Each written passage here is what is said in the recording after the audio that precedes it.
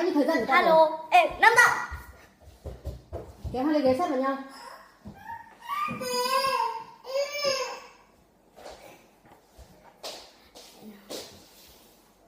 Bạn ngồi đây. Bạn ngồi lên đây. Cái đập cho mày phát. Ngồi đây. Hey, what's with me? Ghế ngồi bên cạnh.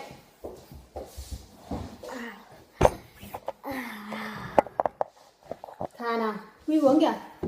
Huy uống. Huy uống, Huy uống, Huy uống, Huy uống nhanh.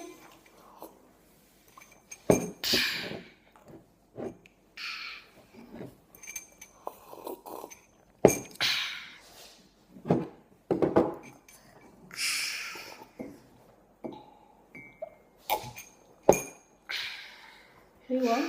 Đã uống được hả?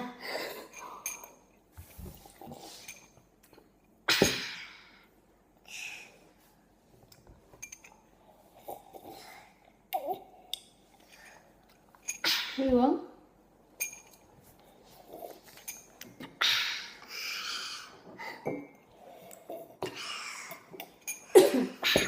Well. Huy kìa. Huy uống cả.